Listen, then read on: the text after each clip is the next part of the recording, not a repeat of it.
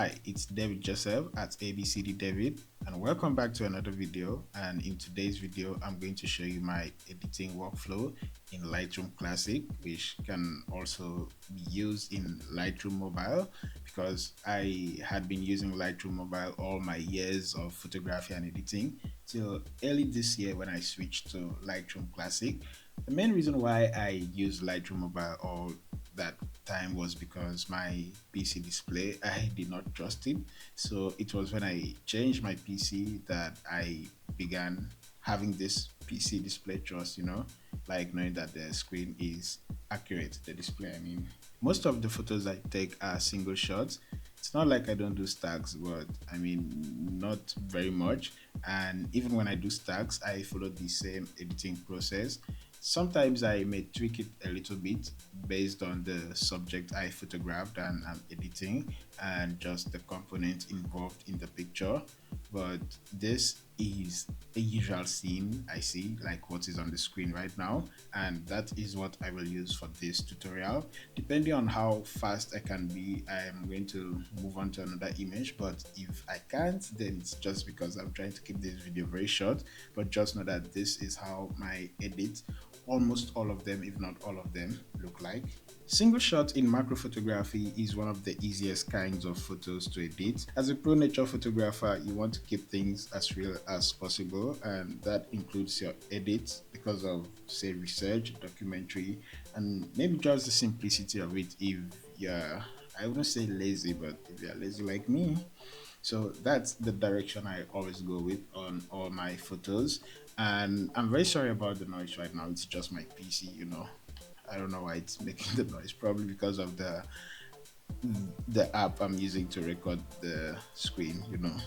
If you're the kind that supports getting it right in camera, then you've probably made your photo post ready even without editing. I mean, I've felt that way a lot of times. Sometimes it's just after taking the photo and I look at it in the camera and I'm like, I don't even need to edit this. And even when I look at it on the PC screen, like this one I'm looking at right now, it's not edited and already it's good enough. I mean, it's going to be better by the time I'm done editing it. But just looking at it, I mean, even if I had to post this way, I would have still done it and it wouldn't have been like a bad image. So if you like getting it right in camera, then man, you've already done a huge part of the job. So yeah. So right now we're in Lightroom, and the first thing I usually like doing is crop the image. Sometimes I could make the initial adjustment first before cropping, but for this one, I'm just going to go ahead and make the initial adjustments. One of the first things I like to do when I'm editing is to turn down the highlights of the image. So I'm just going to do that here. And almost always, I'm not going to get it right all at once, so I'll just like be experimenting, and other times I could have to make that adjustment after I've done other adjustments, maybe in the panel or in other panels as well. So that's just it. And now I've dropped my highlight. Think it's, I'll just keep it at where it was the first time. Yeah, I'm very nitpicky when it comes to the numbers and just being accurate with it, as if something depends on it. I don't know why.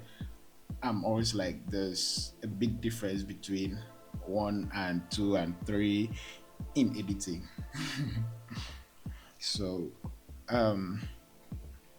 after highlights, before I move on to the other part, because I mean, I'm using a flash, it's night, and most of the time there's bound to be a little bit extra light on them, and I need to get that down. So that's why I always like adjusting highlights. And I move on to shadows. I may need to lift some dark parts to eliminate them, especially around the eye. So I'm just going to adjust the shadows here. And depending on the photo, I'm always very careful to not overdo it, because sometimes when you overdo it, you could like ruin the mood of the image, or maybe just the feel of it, and you are bound to bring in noise as well. So for this one, I wouldn't want these areas to show what is there, so I'm just going to drop this down a little bit. And bear in mind, you have this, masking area where you can, like select subject, and yeah, it's going to, yeah, like this. And from there you could also make adjustments, and this is even more specific, so you could do some adjustments here, do others elsewhere, like general adjustments that will just, like cover every part of the image. And this is something I also do when I'm editing images. Depending on the image, the subject, and the result I want, I can decide to do the adjustment here, masking every other part, and just, like selectively editing it. Or I could just do a general adjustment. So if I want to, I'm going to lift the shadows again, because the other side I didn't want to lift the shadows that much because it affected this area. It brought out the details in this area, which I don't want. And that is the first hint, like what has given me the hint on how to crop this image if I have to crop it. Because having it this way, I mean, there's so much right now, and if I were to lift the shadows, this would have been in, and I don't want it to be in. I like the way the frog is positioned. And first things first, I'm going to change the perspective. Kind of want it to just like fill the screen, so I'm going to do this, and I'm bringing it to the side. I really want the eyes to be aligned, but having it this way, it's kind of like a little bit too long. And as someone who posts a lot to Instagram, I have to say, for a long time, Instagram influenced how I crop my pictures, because I kind of like crop it for Instagram. Not always, but some of the time. Fortunately, these days we have more freedom, flexibility with the Instagram, post dimension ratio, aspect ratio. Yeah, so it it's not much of a, it's not very strict these days. But for this one, I'll still go with the 4:5, and yeah, this doesn't look bad. I'm trying to get it to be very accurate, so I changed the guidelines and just see this one and just keep making very, very little adjustments to it. Sometimes it looks as if I'm not even moving anything, but I am. So this right here is the beauty of it. I don't know if I'm to prioritize the center or the, this part of the face, but I'll just keep it at this. And some other times I go crazy, and I yeah, I take it from this. But that's just me being extreme, to be honest. It's not necessary. I don't think it is.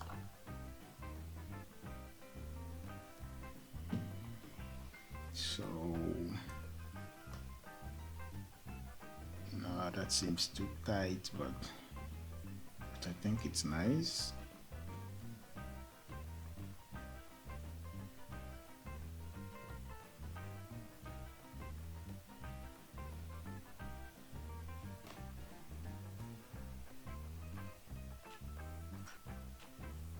So one thing about cropping an image is that you lose quality. And as someone that came from a mobile phone, which we did not like have the flexibility to be cropping, because already a phone doesn't have that much quality. So if you crop, you're really losing a lot. I've learned to always get almost all of it right in camera, so that if I have to crop, it has to be very minimal or just be changing the orientation of it. So that is why a lot of times I keep my cropping very minimal, and I use a micro four thirds camera, which is 20 MP. So it's not like the 48, 64 and all of that MP. So I have to be very cautious of how I shoot, so I can watch how I crop as well. So I'm going to stick with this, so I don't end up, just cropping it instead of actually getting closer if I wanted to. But I mean, this was close enough. I'm also going to do a little bit of straightening.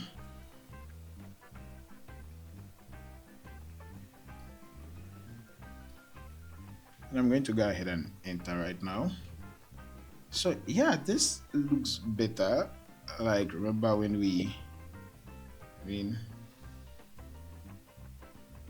I like it this way. It maintains the contrast and just the dark part of the image, and just bringing this up too much, it's not something I very much fancy, because I don't want to have to push the noise slider so high. And no, I hardly use that.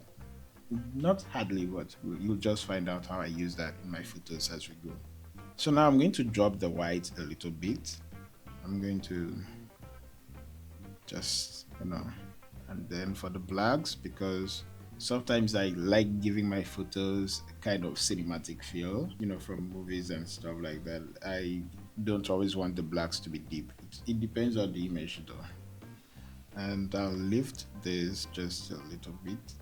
I'm also looking at the image to see how every adjustment, every point I move affects it. Sometimes I could just go extreme like this, but no, right now it looks a little bit washed out. I'll just drop it here. A lot of times I like going back and forth before deciding where to like place the the slider. I could go negative, then positive, then back again. I could just maybe let it be where it was initially. So for this one, contrast, let's see. Oh no, I don't think I like it this way. Okay, let's try something like this. And then we move on to the exposure. No, it's too dark. It's not bad, but I think I prefer it moody. I'll still make it okay. So this is the problem I said I have. I'm like, every little number matters, because there was minus 0.06 and minus 0.09, but I was so hell bent on keeping it at minus 0.07, and I don't even know why. I mean, yeah, so that's one of the challenges I face while editing. I don't know if I should call it a challenge, but it's just how it is. And already I feel this video is getting very long, which I'm apologizing for it right now. The order I take in making these adjustments could differ depending on the image and the result I got on the screen. So for this one, that's just how I've rolled. And if you observe, I did not touch my temperature and my tint, and the reason is that I did set the temperature in camera while shooting. I do that so that all my photos can be consistent, and that helps if I want to maybe like copy the settings that I've already made here and paste them in a similar photo, or even one that's not so similar, but I know I can just from there make the adjustments, because I like saving time. Well, sometimes I could say it's because I'm lazy, but that still counts, right? So I'm going to move on right now. There's texture, there's clarity, but I'm not going to touch it. Not that I won't use that, like touch it all through the image, but if I want to, I'm going to do this. And remember, we have this mask here, and that is why I'm going to make the adjustment.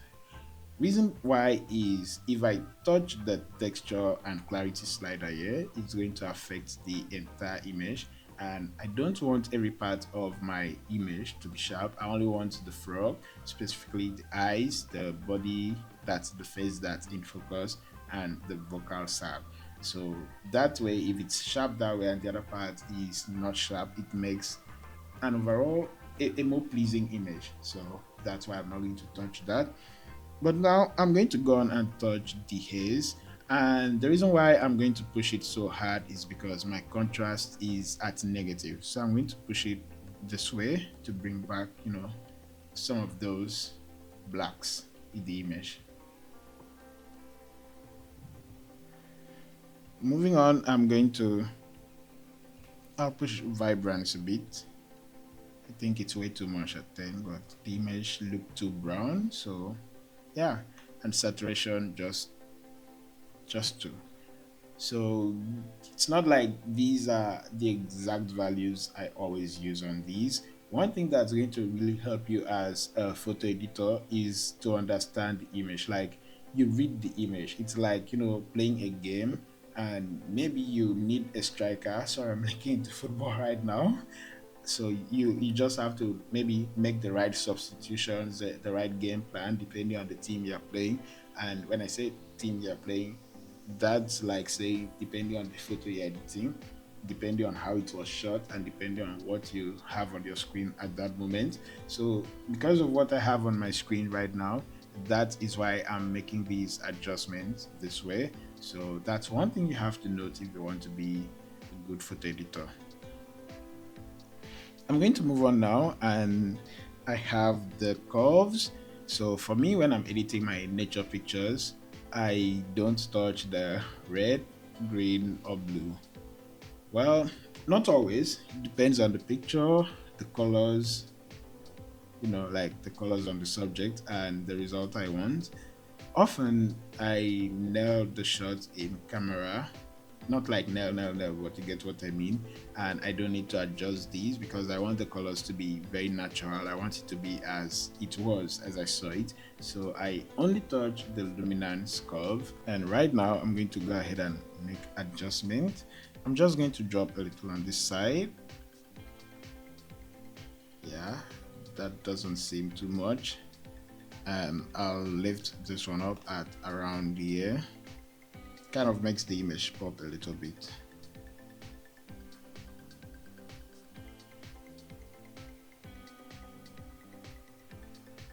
If I want to, make a more cinematic image, this is what I'll do.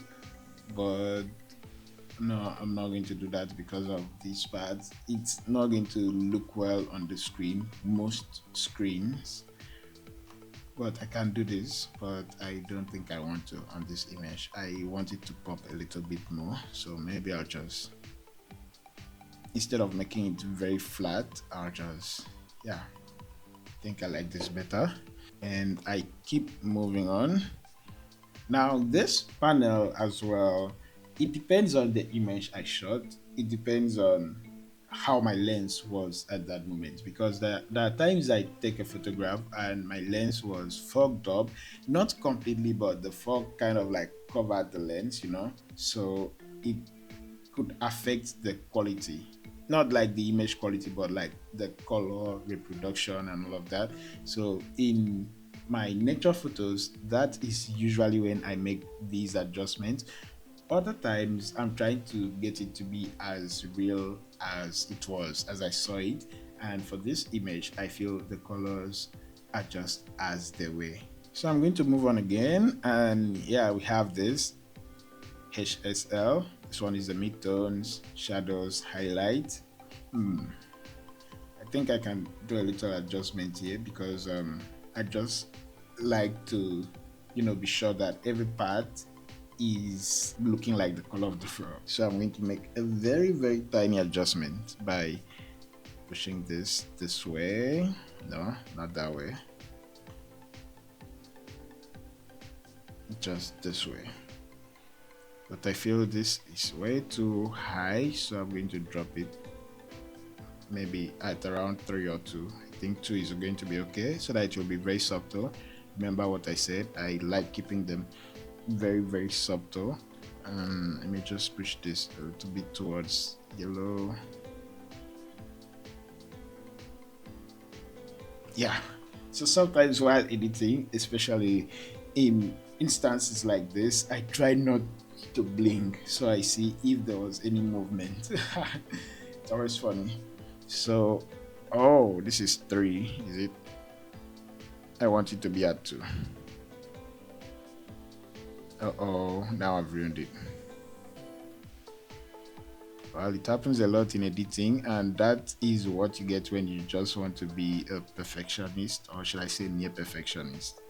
But I'm going to fix it. Yeah, it's fixed now. I'm not going to touch the shadows. I'm not going to touch the highlights. The reason why I touch the midtones is because it's, it's in between the shadows, in between the highlights. If I touch the highlight, it's going to affect these areas. and if I touch the shadows, it's really going to affect these. So I want this one to be very subtle, just you know kind of like sprinkle into both of those areas, and really just like tighten together the colors of the frog. So that's why I made that particular adjustment. And like I said, my edits are very, very simple. It's almost like I don't edit at all. So I'm going to come here, sharpening. I'll drop the radius. I'll increase the detail just a little bit, and masking now. I'll just The reason why I do this is because I don't want it to be, very harsh on the pictures. So yeah. Remember, we did not touch the clarity and texture. So I'm going to go back there right now and do that before coming back to this side.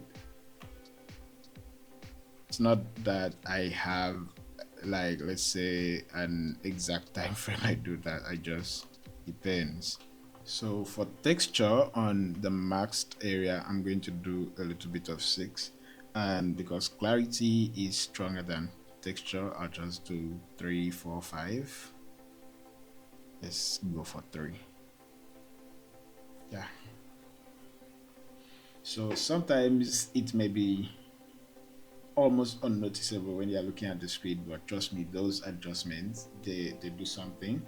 And while editing, depending on the room you're in or the situation, you could just do this to get a better view of the image you're editing.